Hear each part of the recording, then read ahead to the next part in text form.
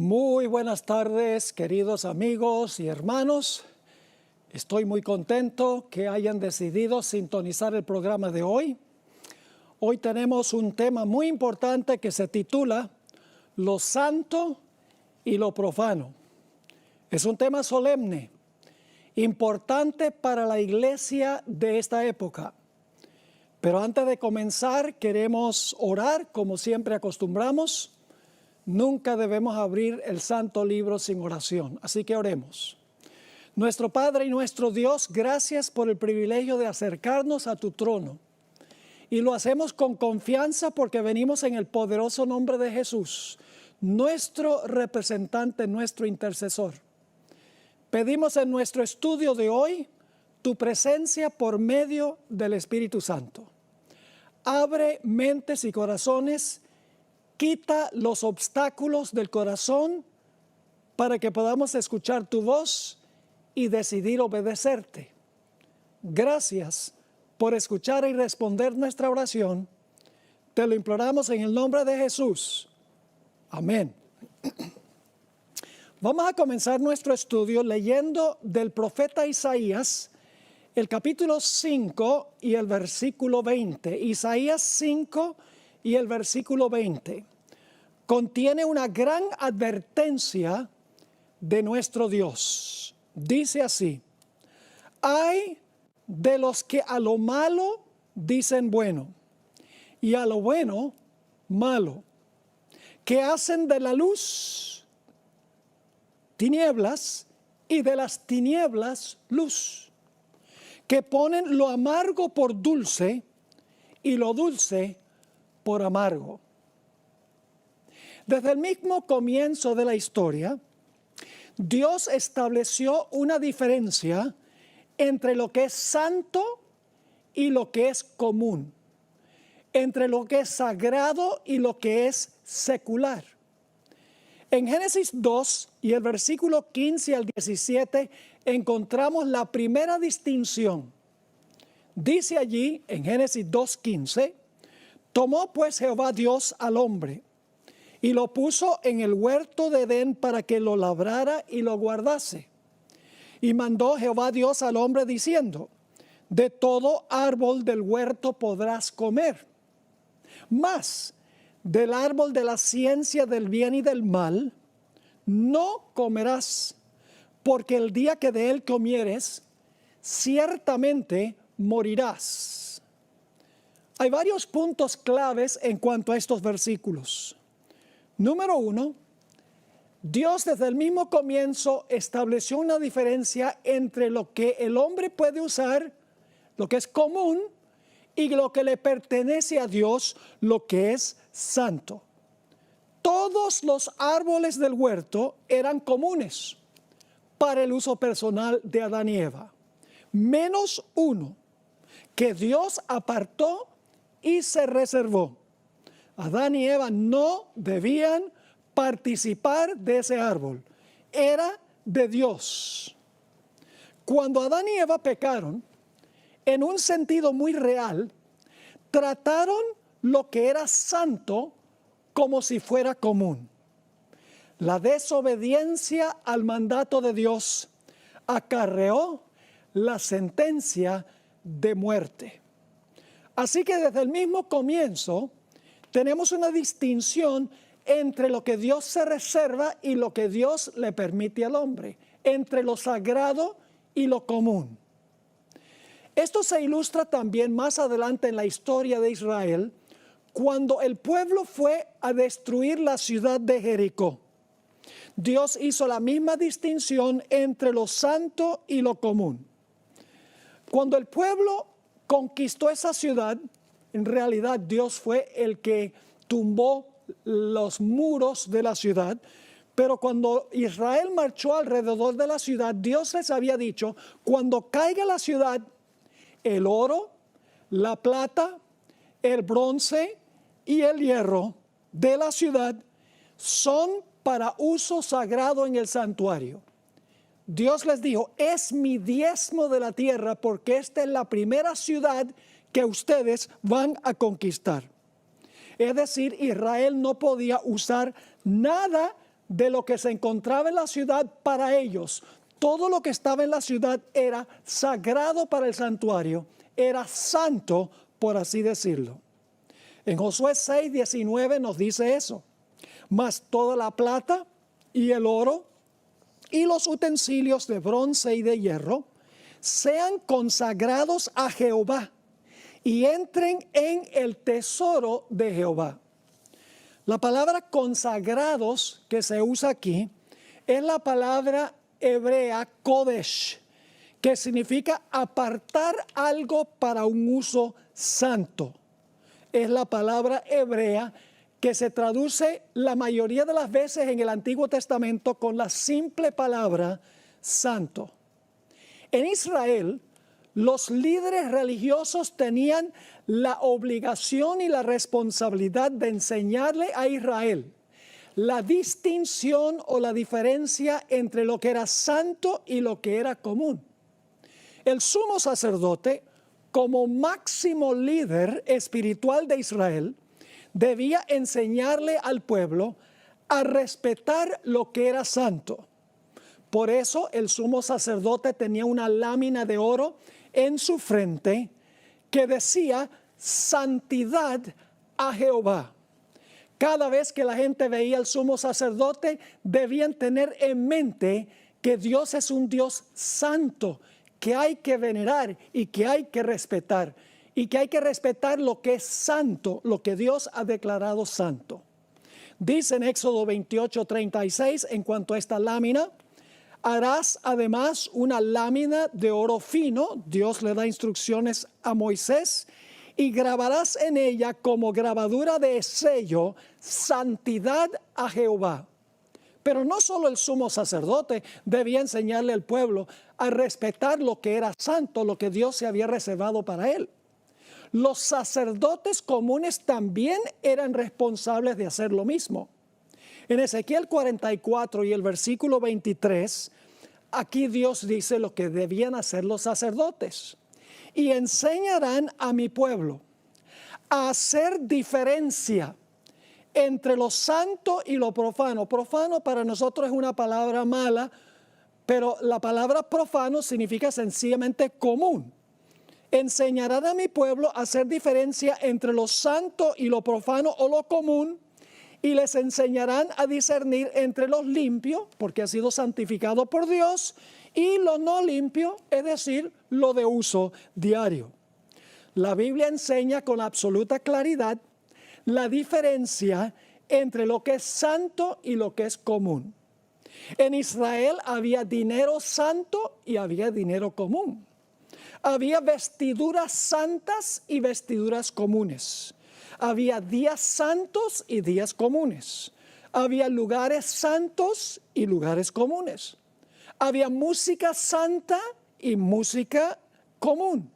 Había ocasiones santas y ocasiones comunes. Había vocaciones santas y vocaciones comunes. Edificios santos y edificios comunes. Nada de malo había con los edificios comunes, eran seculares para uso diario. Pero Dios se había reservado lo demás, que había sido santificado para Él y se debía respetar. Ahora, cuando comenzaron los servicios del santuario en el desierto, Dios llovió fuego sobre el altar a donde se colocaron los holocaustos. De allí en adelante, ese fuego que ardía día y noche perpetuamente era fuego santo porque Dios lo había llovido del cielo. Vamos a leer en cuanto a eso en Levítico 9 y el versículo 23 y 24. Levítico 9, 23 y 24. Y entraron Moisés y Aarón en el tabernáculo de reunión. Y salieron y bendijeron al pueblo. Y la gloria de Jehová se apareció a todo el pueblo. Y salió fuego de delante de Jehová y consumió el holocausto con las grosuras sobre el altar. Y viéndolo todo el pueblo, alabaron y se postraron sobre sus rostros. Así que este fuego sobre el altar era fuego santo porque Dios lo llovió sobre el altar. Ahora también en el santuario había un incienso santo especial.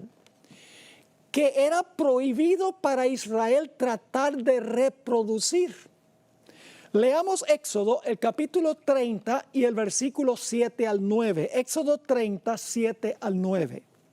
Dice allí lo siguiente: y Aarón quemará incienso aromático sobre él, es decir, sobre el altar de incienso. Cada mañana cuando aliste las lámparas lo quemará.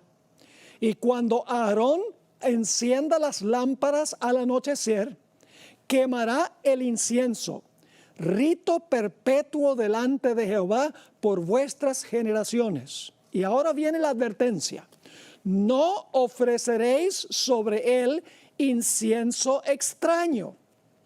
Es decir, incienso que no era el incienso santo preparado en forma especial de acuerdo a la fórmula que Dios había establecido, una fórmula que Israel tenía prohibido tratar de reproducir. Así que dice, versículo 9, no ofreceréis sobre él incienso extraño, ni holocausto ni ofrenda, ni tampoco derramaréis sobre él libación.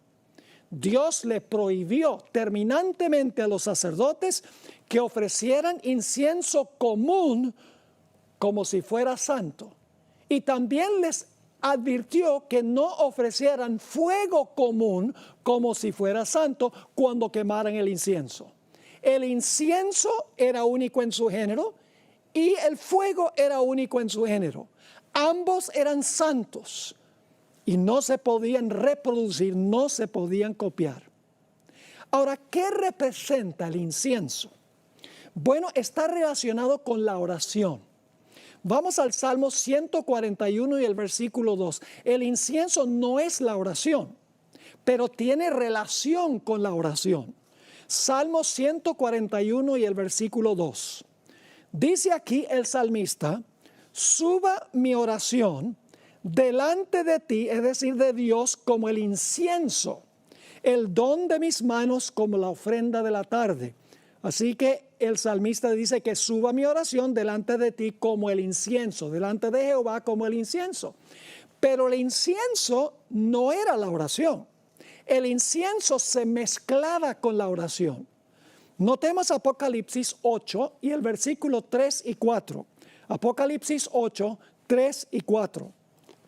Otro ángel vino entonces y se paró ante el altar. Este es el altar de incienso, con un incensario de oro.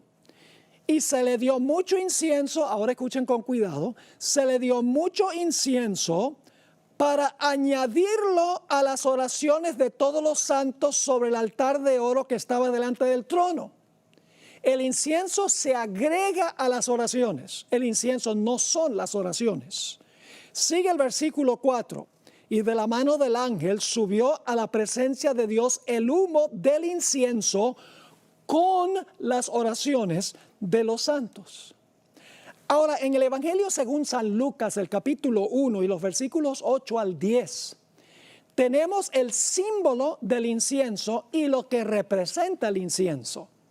Note lo que dice Lucas 1, 8 al 10. Aquí está hablando del padre de Juan el Bautista, Zacarías. Era su turno de ofrecer incienso en el santuario. Dice aquí en Lucas 1 y el versículo 8 lo siguiente: aconteció que ejerciendo Zacarías el sacerdocio delante de Dios según el orden de su clase, conforme a la costumbre del sacerdocio, le tocó en suerte ofrecer el incienso entrando en el santuario del Señor. Así que se pueden imaginar, aquí está Zacarías ofreciendo incienso en el altar de incienso dentro del lugar santo del santuario. ¿Y qué está haciendo el pueblo? El pueblo está haciendo lo que está relacionado con el incienso. Dice en el versículo 10, y toda la multitud del pueblo estaba afuera orando a la hora del incienso. La gente estaba afuera orando y estaba Zacarías adentro ofreciendo el incienso con el fuego delante de Jehová. ¿Qué representa el incienso? Quiero leerles una cita muy hermosa de los escritos de Elena White, donde ella explica qué es el incienso que se mezclaba con las oraciones de los santos. Dice así: Cristo mezcla su propia justicia con la confesión del pecador arrepentido. Es decir, cuando el pecador se arrepiente y ora, Cristo mezcla su propia justicia con su oración. Y sigue diciendo, Cristo mezcla su propia justicia con la confesión del pecador arrepentido y creyente, para que la oración del hombre caído pueda ascender como incienso fragante delante del Padre y sea impartida la gracia de Dios al alma creyente. Ahora sabemos por qué el incienso no se podía copiar, porque los méritos de Cristo no tienen comparación. Y sabemos que el fuego tampoco se podía usar fuego común y corriente, porque el fuego representa el Espíritu Santo que presenta nuestras oraciones ante Dios.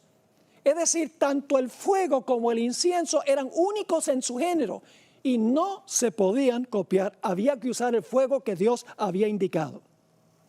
Ahora, inmediatamente después de los versículos que leímos de Levítico 9, 23 y 24, a donde se inauguró el tabernáculo en el desierto, ocurrió una experiencia muy triste. Dios le había dicho a los sacerdotes que cuando ofrecieran incienso, debían hacerlo con el fuego santo y el incienso santo que Dios había especificado. Pero encontramos en Levítico 10 y el versículo 1 que los dos hijos de Aarón hicieron algo que les acarrió la muerte. Dice ahí en Levítico 10 y el versículo 1, Nadab y Abiú, hijos de Aarón, tomaron cada uno su incensario y pusieron en ellos fuego, sobre el cual pusieron incienso, y ofrecieron delante de Jehová fuego extraño que él nunca les mandó. Yo pregunto, ¿Dios les había mandado qué clase de fuego ofrecer? Claro, porque dice que ellos ofrecieron fuego que Dios no les mandó. Quiere decir que había un fuego que Dios sí les había mandado. ¿Cuál fue el pecado de ellos? Ellos tomaron fuego común y se lo presentaron a Dios como si fuera santo. Ellos sabían muy bien cuál era el fuego que se debía ofrecer. Si ofrecieron el fuego que Dios no les mandó, entonces sabían cuál fuego era el que Dios les mandó. Debían ofrecer el fuego que Dios había llovido sobre el altar.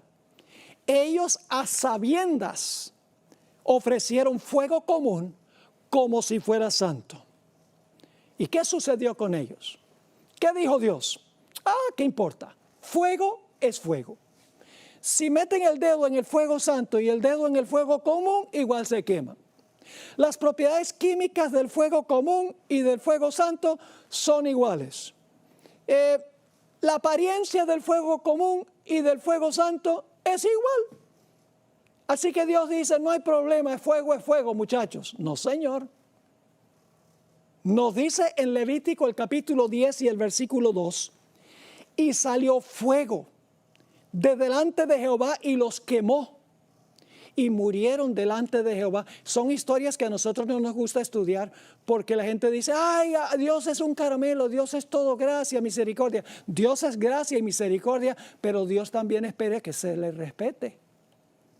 Que Él haga, que la gente haga lo que Dios manda. Porque Dios, además de ser misericordioso, además de ser bondadoso, Dios también es santo. Dios también es justicia, según dice la Sagrada Escritura. Así que dice, salió fuego de delante de Jehová y los quemó y murieron delante de Jehová. Ahora, como les mencioné, el fuego representa el Espíritu Santo, quien lleva nuestras oraciones ante la presencia de Jesús. Él mezcla nuestras oraciones con sus méritos. Pero ¿qué pasa cuando nosotros no obedecemos a Dios y le ofrecemos a Dios fuego extraño, incienso extraño? Proverbios 28 y el versículo 9 nos dice qué clase de oración es aquella que desobedece a Dios, las instrucciones explícitas de Dios. Dice en Proverbios 28 y el versículo 9, el que aparta su oído para no oír la ley, su oración también es abominable. En el Salmo 66 y el versículo 18 al 20, dice aquí el salmista: si en mi corazón hubiese yo mirado la iniquidad, el Señor no me habría escuchado. Mas ciertamente me escuchó Dios, atendió a la voz de mi súplica. Bendito sea Dios, que no echó de sí mi oración, ni de mí su misericordia. Porque estaba cumpliendo el salmista con los requisitos de Dios. Pero aquí dice que si se alberga la iniquidad en el corazón, el Señor no habría escuchado la oración. Eso fue lo que sucedió con Nadab y Abiú. Ofrecieron fuego extraño, aunque el incienso no tenemos registro de que fue extraño, el fuego sí fue un fuego común. Es decir, los dos jóvenes fueron consumidos.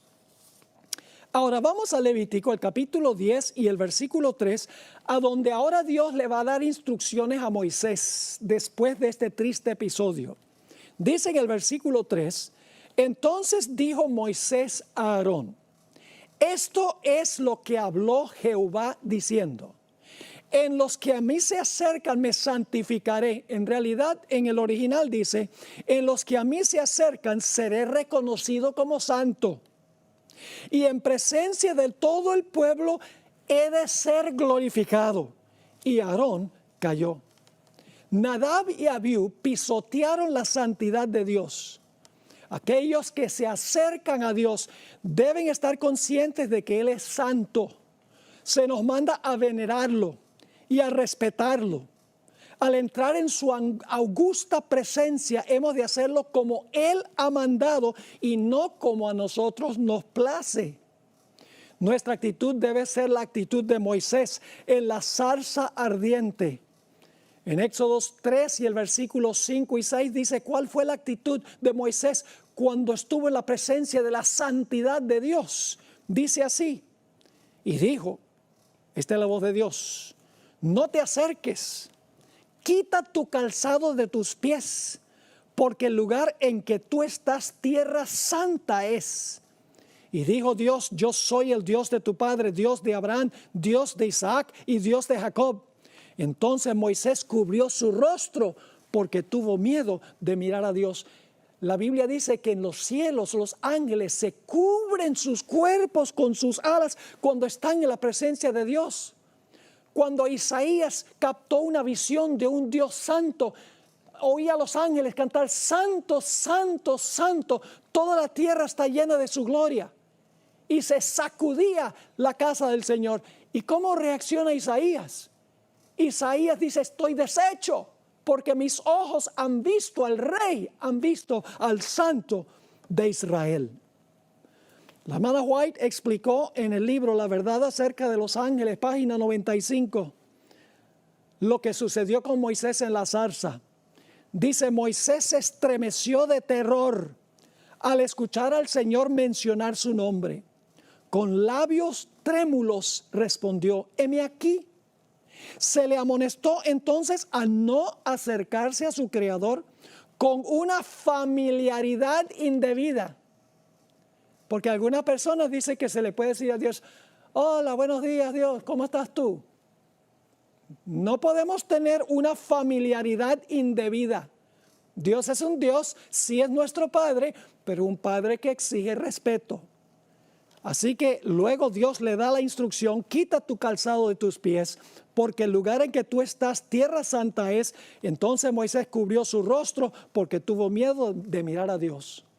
Isaías 57:15 presenta el equilibrio entre nuestra cercanía a Dios y cómo Dios está aparte de nosotros. Dice en Isaías 57:15: porque así dijo el alto y sublime, el que habita la eternidad, cuyo nombre es santo. Yo habito en la altura y en la santidad. Pero Dios no solamente está en la altura y la santidad, no solo su nombre es santo, sino también habita con cierta clase de persona aquí en la tierra. Dice: y con el quebrantado y humilde de espíritu, para hacer vivir el espíritu de los humildes y para vivificar el corazón de los quebrantados. Y ahora Dios dio un consejo drástico a Moisés y a Aarón. Le dijo, ni se les ocurra llorar a estos muchachos. Vamos a leer los versículos 4 al 7. Y llamó Moisés a Misael y a Elzafán, hijos de Uziel, tío de Aarón, y les dijo, acercaos y sacad a vuestros hermanos de delante del santuario fuera del campamento. Cuando una persona era echada del campamento significa que quedaba desterrado del pueblo de Dios. Ya no era miembro del pueblo escogido. Sigue diciendo, y ellos se acercaron y los sacaron con sus túnicas fuera del campamento. ¡Wow! Y ellos se acercaron y los sacaron con sus túnicas fuera del campamento, como dijo Moisés. Entonces Moisés dijo a Aarón y a Eleazar e Itamar sus hijos, no descubráis vuestras cabezas, ni rasguéis vuestros vestidos, es decir, en señal de aflicción y tristeza, en señal de duelo, para que no muráis, ni se levante la ira sobre toda la congregación. Pero vuestros hermanos, toda la casa de Israel, sí lamentarán por el incendio que Jehová ha hecho, ni saldréis de la puerta del tabernáculo de reunión, porque moriréis, por cuanto el aceite de la unción de Jehová está sobre vosotros. Y ellos hicieron conforme al dicho de Moisés. ¿Por qué es que no se podía practicar este duelo? Es decir, descubrir sus cabezas, no rasgar sus vestidos en señal de duelo. Porque no se podía mostrar ninguna simpatía para con lo que habían hecho esos dos muchachos. Habían violado la santidad de Dios, el mandato específico y directo de Dios. Ahora necesitamos preguntarnos, ¿por qué razón es que Nadab y Abiú ofrecieron fuego común, como si fuera santo, fuego extraño, si Dios les había dicho explícitamente cuál fuego ofrecer? La respuesta es que estaban intoxicados con vino y por lo tanto no pudieron distinguir entre lo santo y lo común. En Levítico el capítulo 10 y el versículo 8 y 9, después de esta experiencia dice, y Jehová habló a Aarón diciendo, tú y tus hijos contigo, no beberéis vino ni sidra cuando entréis en el tabernáculo de reunión para que no muráis. Estatuto perpetuo será para vuestras generaciones. Es decir, después de esta experiencia, Dios le dice a los sacerdotes, no beban vino, ni sidra, bebida fuerte, cuando estén en el servicio del Señor en el santuario. Es decir, el vino causó dos trastornos. El primer trastorno es que no permitió que Nadab y Abiú distinguieran entre lo santo y lo común. Y el segundo trastorno es que no pudieron tampoco enseñarle al pueblo de Israel los estatutos de Jehová. Note lo que dice Levítico 10 y el versículo 10 y 11. Después de decir en los versículos que leímos, tú y tus hijos contigo no beberéis vino ni sidra cuando entréis en el tabernáculo de reunión, para que no muráis, estatuto perpetuo será para vuestras generaciones. Sigue diciendo, ¿para qué? Para poder discernir, es decir, distinguir entre lo santo y lo profano, y entre lo inmundo y lo limpio, es decir, no beban vino, para que puedan pensar claro y puedan distinguir entre lo que es santo y lo que es común. Pero una segunda razón, versículo 11 dice, y para enseñar a los hijos de Israel todos los estatutos que Jehová les ha dicho por medio de Moisés. No podían distinguir ni tampoco podían enseñarle los estatutos y las leyes de Jehová al pueblo. El fin de los jóvenes fue trágico. El fuego de Dios los consumió y fueron cortados de en medio del pueblo, expulsados del campamento de los santos. El grave pecado de Nadab y Abiú fue que ellos presentaron fuego común a Dios como si fuera santo. Pero ahora miremos la otra cara de la moneda. ¿Qué pasa cuando alguien toma algo santo y se lo presenta a Dios como si fuera común? Tenemos una historia en la Biblia sobre eso. La historia de la última noche del reino de Babilonia y su rey Belsasar. Él tomó lo que era santo y lo trató como si fuera común. Vamos a Daniel 5 y el versículo 1. El rey Belsasar hizo un gran banquete a 1000 de sus príncipes y en presencia de los 1000, ¿qué estaba haciendo? Ya vimos en la primera historia eso. En presencia de los 1000 bebía vino. ¿Qué fue lo que sucedió cuando Belsasar bebió vino? El resultado fue el mismo que en la historia que acabamos de leer. Esto colmó la copa de Babilonia, porque estaba tomando lo que era santo y lo estaba tratando como si fuera común. Vamos a Daniel el capítulo 5 y el versículo 2. Daniel 5 y el versículo 2. Dice, Belsasar, con el gusto del vino, el vino está involucrado. Belsasar, con el gusto del vino, tal vez si no hubiera estado embriagado, no hubiera hecho lo que hizo. Belsasar, con el gusto del vino, mandó que trajesen los vasos de oro y de plata que su padre Nabucodonosor había traído del templo de Jerusalén, para que bebiesen en ellos el rey y sus grandes, sus mujeres y sus concubinas. El rey Nabucodonosor había llevado estos vasos sagrados cuando él conquistó la ciudad de Jerusalén, según Daniel el capítulo 1 y el versículo 2. Pero Belsasar, con la mano alzada, tomó los vasos sagrados que debían usarse solamente en el contexto santo y sagrado del santuario y los empleó con un propósito común. Es decir, los desacró. La palabra desacrar tal vez no existe en español, en inglés sí existe, desecrate, es restarle santidad a algo, es decir, le restó santidad a esos vasos. Noten el versículo 3.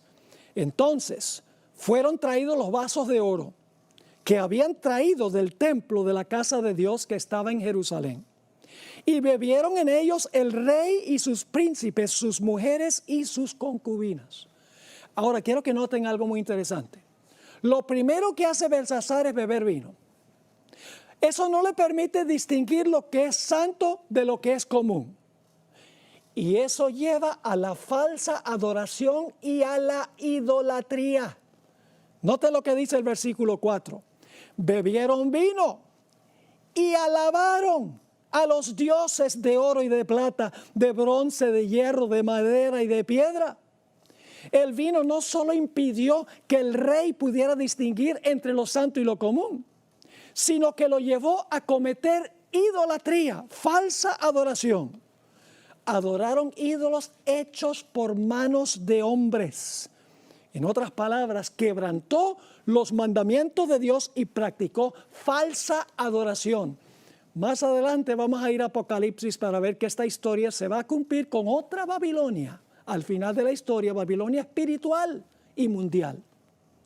Ahora, algunos podrán decir, pero es que Belsasar era pagano, él no sabía cuán serio era el asunto de usar vasos sagrados en una forma común, que no sabía. Vamos a leer Daniel 5 y el versículo 18 al 23. El pecado de Belsasar fue con la mano alzada contra Dios porque estaba bajo el efecto del vino y no podía pensar bien. Dice en Daniel 5 y el versículo 18. Aquí Daniel le está hablando a Belsasar el rey, porque Belsasar lo ha llamado para explicarle una escritura que apareció con un dedo que escribía en la pared. Dice lo siguiente. El Altísimo Dios, oh rey, dio a Nabucodonosor tu padre, a veces en realidad era el abuelo, pero la Biblia a veces usa la palabra padre para referirse a un abuelo. Así que el Altísimo Dios, oh rey, dio a Nabucodonosor tu padre el reino y la grandeza, la gloria y la majestad. Ahora empieza a contarle la historia de Daniel 4, cuando Nabucodonosor se jactó de la gran Babilonia que él había construido y Dios le quitó la perla de la razón y de repente Nabucodonosor se portó como un animal, como una bestia, por 7 años. Versículo 19. Y por la grandeza que le dio, todos los pueblos, naciones y lenguas temblaban y temían delante de él. A quien quería mataba, a quien quería daba vida, engrandecía a quien quería y a quien quería humillaba. Mas cuando su corazón se ensoberbeció y su espíritu se endureció en su orgullo, fue depuesto del trono de su reino, es decir, Dios lo depuso, y despojado de su gloria, y fue echado de entre los hijos de los hombres, y su mente se hizo semejante a la de las bestias, y con los asnos monteses fue su morada. Hierba le hicieron comer como a buey, y su cuerpo fue mojado con el rocío del cielo, hasta que reconoció que el Altísimo Dios tiene dominio sobre el reino de los hombres y que pone sobre él al que le place. Ahora, ¿por qué contó Daniel toda esta historia? Porque le va a decir a Belsasar, esto tú lo sabías, Belsasar lo sabías, y sin embargo tomaste los vasos sabiendo que eran sagrados. Versículo 22, y tú, su hijo Belsasar, no has humillado tu corazón sabiendo todo esto. ¡Wow! Sabiendo todo esto, sino que contra el Señor del cielo te has ensoberbecido e hiciste traer delante de ti los vasos de su casa. Tú y tus grandes, tus mujeres, tus concubinas, bebisteis vino en ellos. No solamente bebió y no pudo distinguir entre lo santo y lo profano, sino que dice, además de esto, diste alabanza a dioses de plata y oro, de bronce, de hierro, de madera y de piedra, que ni ven, ni oyen, ni saben, y al Dios en cuya mano está tu vida y cuyos son todos tus caminos, nunca honraste. Así que, ¿cuál fue el proceso del pecado de Belsasar? 4 pasos. Primero, bebió vino fermentado. Segundo, el vino entorpeció su capacidad de distinguir entre lo que era santo y lo que era común. Tercero, como consecuencia de no poder distinguir entre lo santo y lo común, trató lo que era santo como si fuera común. Y finalmente, el resultado de todo esto fue idolatría y falsa adoración. ¿Cuál fue el pecado de Nadab y Abiú? Tomaron lo que era común y lo presentaron como si era santo. ¿Cuál fue el pecado de Belsasar? Tomó lo que era santo y lo trató como si fuera común. Ahora vamos al libro de Apocalipsis, el capítulo 17. Porque esta historia del Antiguo Testamento con el Israel literal, vino literal, idolatría, inclinándose ante ídolos literales, se va a cumplir al final de la historia, ya no literalmente, sino mundialmente y simbólicamente. Porque Babilonia al final no es la ciudad literal, es un sistema mundial. Vamos a leer Apocalipsis 17, 1 y 2 y luego el versículo 4 y 5. Dice, vino entonces uno de los 7 ángeles que tenían las 7 copas y habló conmigo diciéndome, ven acá y te mostraré la sentencia contra la gran ramera. ¿Qué representa una mujer en las profecías? En las profecías una mujer representa la iglesia. Una mujer pura representa una iglesia pura.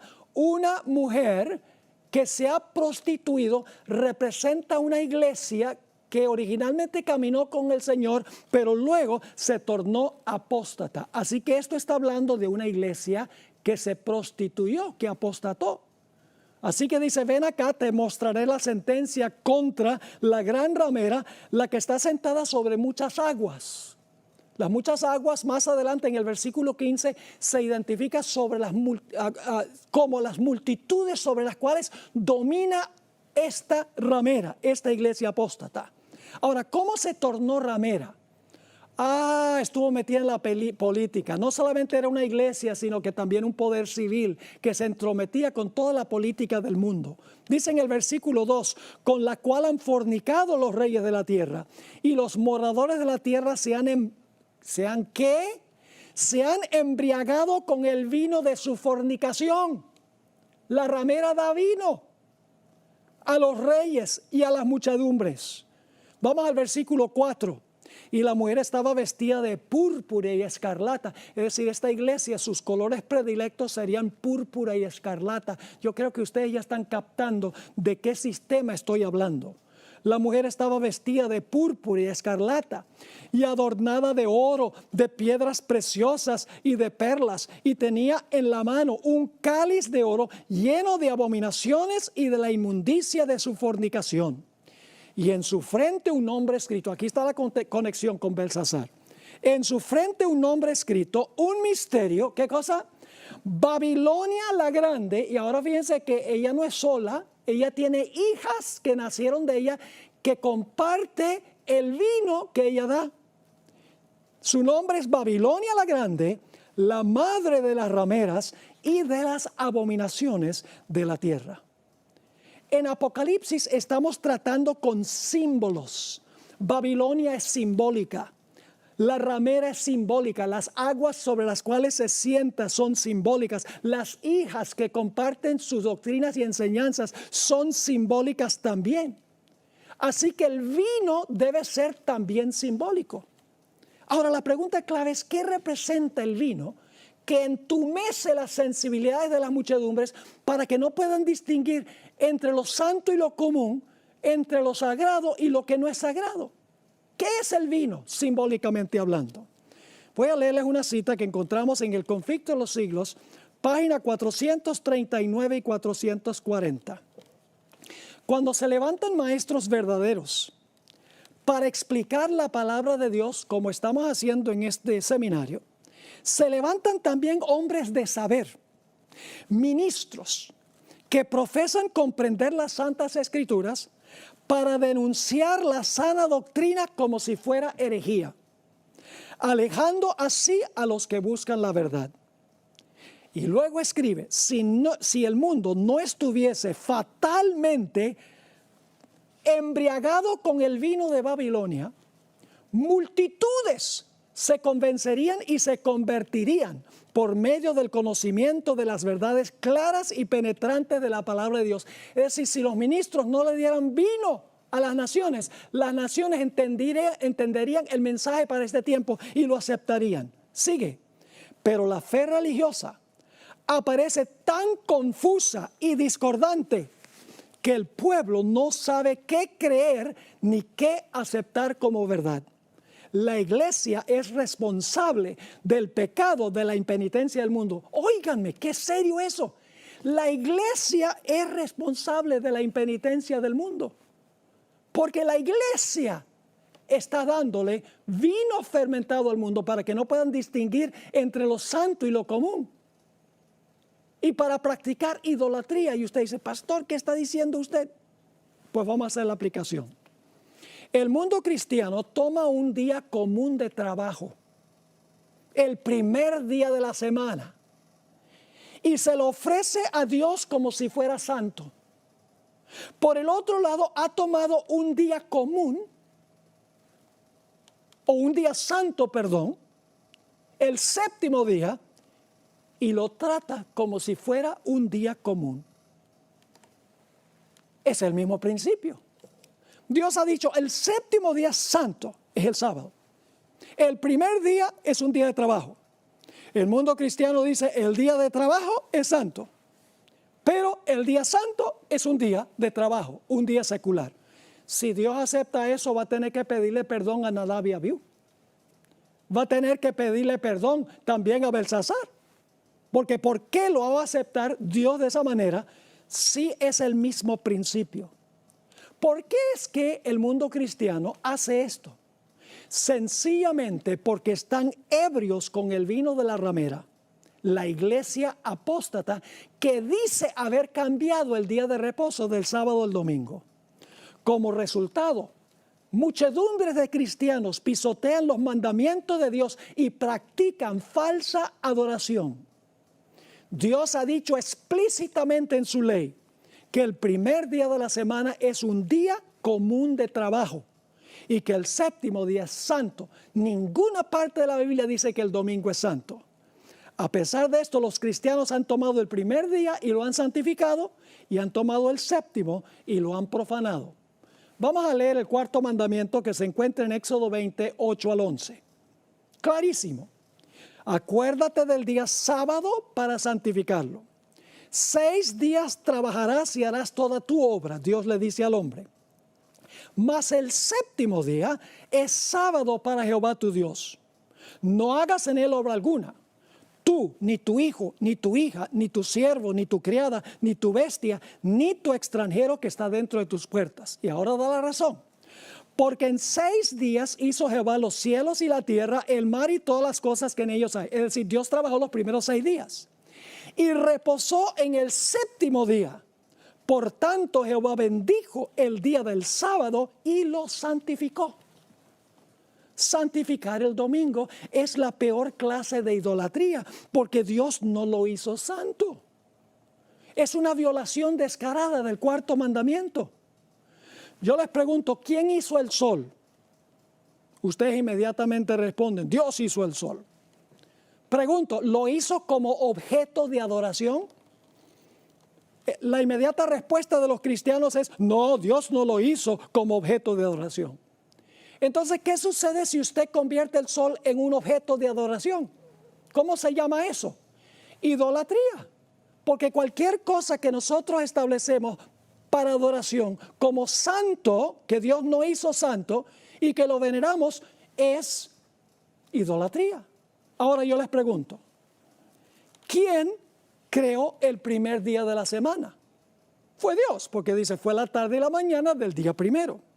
Yo pregunto, ¿creó Dios el primer día de la semana como un día de adoración, como un día santo? No, es un día de trabajo. ¿Qué sucede entonces si nosotros lo convertimos el primer día en un día de adoración, en un día santo? Eso se llama también idolatría. Elena White escribió en la Review and Herald, marzo 8, 1898, las siguientes palabras. Satanás ha llevado cautivo al mundo. Ha introducido un sábado que es un ídolo. Y aparentemente le ha dado mucha importancia. Le ha robado al sábado del Señor el homenaje del mundo cristiano. Y se lo ha dado a este sábado ídolo. El mundo se inclina ante una tradición, un mandamiento creado por los hombres. En Mensajes Selectos, tomo 3, página 463, ella agregó, así como Dios llamó a los hijos de Israel a salir de Egipto para que pudieran guardar su sábado, así llama a su pueblo a salir de Babilonia para que no adoren a la bestia ni a su imagen. El hombre de pecado, que representa el papado, quien pensó que podía cambiar los tiempos y la ley, se ha exaltado a sí mismo por encima de Dios, presentando al mundo este sábado espurio. El mundo cristiano ha aceptado a este hijo del papado y lo ha acunado y alimentado, desafiando así a Dios al quitar su monumento conmemorativo y estableciendo un sábado rival. Ahora, ¿qué estoy diciendo yo? ¿Que Dios no acepta las oraciones de los que guardan el domingo como día de reposo o como día santo? No, no estoy diciendo eso. No necesariamente. Dios rechaza nuestras oraciones solamente cuando nosotros sabemos qué es lo que debemos hacer y con la mano alzada decimos no lo vamos a hacer. Es decir, si Dios está hablando a tu corazón y te está diciendo el sábado es el día de reposo y tú dices voy a seguir guardando el domingo aunque sé que el sábado es el día de reposo, en ese caso oras a Dios y Dios no acepta las oraciones. Porque Dios acepta solo oraciones sinceras. Pero hay muchas personas en las iglesias que desconocen lo que estamos hablando, sirven a Dios lo mejor que pueden. Obedecen toda la luz que ellos tienen. Y si son sinceros, Dios les va a revelar más luz para que ellos puedan obedecer no solamente 9 de los 10 mandamientos, sino los 10 mandamientos, inclusive el 4º mandamiento. El mayor cargo de conciencia, mis queridos amigos y hermanos, lo tienen los ministros, a quienes Dios les ha dicho que enseñen la diferencia entre lo santo y lo común.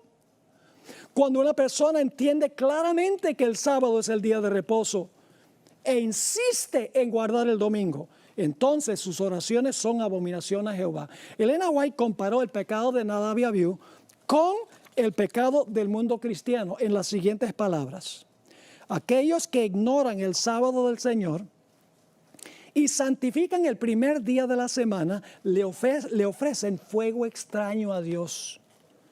Es un sábado extraño que Dios no les ha mandado que guarden.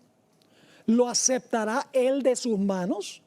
Los hombres han inventado muchas cosas. Han tomado un día común sobre el cual Dios no ha colocado santidad alguna y lo han revestido con prerrogativas de santidad. Han declarado que el domingo es un día santo, pero esto no le da ni un ápice de santidad. Deshonran a Dios cuando aceptan instituciones humanas y las presentan al mundo como el sábado cristiano, día que no tiene como autoridad un así dice Jehová. Como Nadab y Abiú ofrecen lo común en lugar de lo santo. Pero este tema tiene un mensaje también para los adventistas del séptimo día. En años recientes, como adventistas, nos hemos vuelto muy descuidados en la forma como tratamos lo que es sagrado. Hemos llegado a pensar que Dios ya no le importa cómo venimos vestidos a la iglesia. ¿Qué hacemos el sábado? ¿Qué hablamos el sábado en el día de reposo? ¿Qué clase de música religiosa escuchamos? Si devolvemos el diezmo o no. Antes de condenar a los que observan el domingo, debemos recordar que estamos ahora tomando decisiones como adventistas que determinarán de qué lado estaremos en el gran conflicto final. Es ahora que nosotros, los pastores, los ministros, particularmente, debemos enseñarle a nuestros miembros a respetar lo que es santo. La fidelidad de las cosas menores ahora determinará las grandes decisiones del futuro. ¿Estamos hablando de cosas comunes más bien que santas en el día sábado? ¿Estamos vistiendo con ropa común de semana en la iglesia? ¿Estamos guardando para nosotros una porción del diezmo que es santo y le pertenece al Señor? ¿Estamos nosotros hoy en día usando música secular disfrazada como música cristiana? Hablamos de cosas comunes en la casa de Dios, comemos en la iglesia, masticamos chicle en la iglesia ante la presencia de un Dios santo. ¿Se pueden imaginar a Moisés masticando chicle en la zarza ardiente? Ojalá que estén entendiendo lo que estoy diciendo. Es tiempo que la iglesia reconozca la santidad de Dios y que cumplamos las pautas que Dios ha dado en su palabra. Ahora, quiero terminar leyendo Apocalipsis 18, 1 al 5. Este es el mensaje final de Dios al mundo. Es un mensaje que le va a dar fuerza a los mensajes de los tres ángeles. Es como, por ejemplo, la batería de un automóvil que con el transcurso del tiempo se ha ido muriendo y finalmente casi está muerto y no prende el carro. ¿Qué hacemos? Vamos a otro carro que tiene una buena batería, le ponen los cables y entonces la batería nuevamente funciona. Este mensaje, que se llama el fuerte clamor, es como poner los cables a la batería que más o menos se ha muerto. Hermanos y hermanas, yo pienso a veces que la iglesia, nuestra querida iglesia, que es la única iglesia a la cual debemos pertenecer, es la iglesia remanente del Señor. Tiene trigo y cizaña, sí, pero es la iglesia del Señor. A veces yo pienso que nosotros no estamos dormidos, sino que nosotros estamos en un coma. Porque no vemos, hermanos y hermanas, cómo debemos respetar la santidad de nuestro Dios.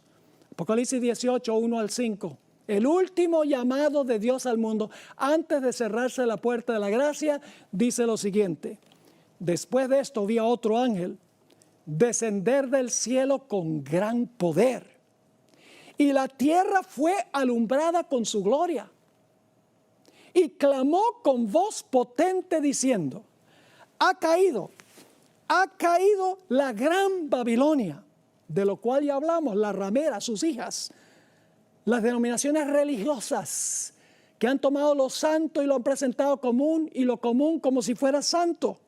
Así que dice, ha caído la gran Babilonia. Y fíjense cuánto ha caído. Y se ha hecho habitación de demonios y guarida de todo espíritu inmundo y albergue de toda ave inmunda y aborrecible. Porque todas las naciones han bebido del vino del furor de su fornicación. ¿Por qué se le llama vino del furor? Porque cuando uno predica el mensaje, y ellos han tomado el vino y se enojan contra el que está predicando el mensaje. Porque todas las naciones han bebido del vino del furor de su fornicación. No solamente las gentes, y los reyes de la tierra han fornicado con ella. Y los mercaderes de la tierra se han enriquecido de la potencia de sus deleites. La mayoría del pueblo de Dios hoy, del verdadero pueblo de Dios hoy, está en Babilonia. Están todas las iglesias que no cumplen con lo que Dios ha enseñado esta tarde. Y Dios hace un llamado a esas personas. En el versículo 4, Dios dice a los que están en Babilonia, a los que no están haciendo lo que hemos hablado esta tarde, dice allí, salid de ella, pueblo mío, para que no seáis partícipes de sus pecados, ni recibáis parte de sus plagas. Ahora, yo estoy hablando de personas que están en otras iglesias, que han escuchado este mensaje. Hay muchas otras doctrinas que el mundo cristiano tiene que son contrarias al pueblo de Dios. Solamente estamos tocando una. Ahora, ¿qué de los adventistas? Me hace pensar de la mujer de Lot. La mujer de Lot salió de Sodoma, pero Sodoma no había salido de ella. Y cuando vino el tiempo de salir, dice la Biblia, que miró atrás a todo lo que estaba dejando. Y la Biblia dice que se tornó una columna de sal. Había perdido su sabor y no servía sino para ser pisoteada de los hombres. Hermanos y hermanas, queridos adventistas, hoy estamos tomando decisiones que van a determinar si nosotros vamos a ser fieles a Dios o no. Hay muchos que han salido de Babilonia, pero la pregunta clave es, ¿Babilonia ha salido de nosotros? ¿Estamos poniendo en práctica lo que hemos hablado hoy? Yo oro que todos los que están conectados tomen la decisión de respetar al Dios Santo, entender que es justo, amoroso y misericordioso, y por eso es que nos habla de esta forma.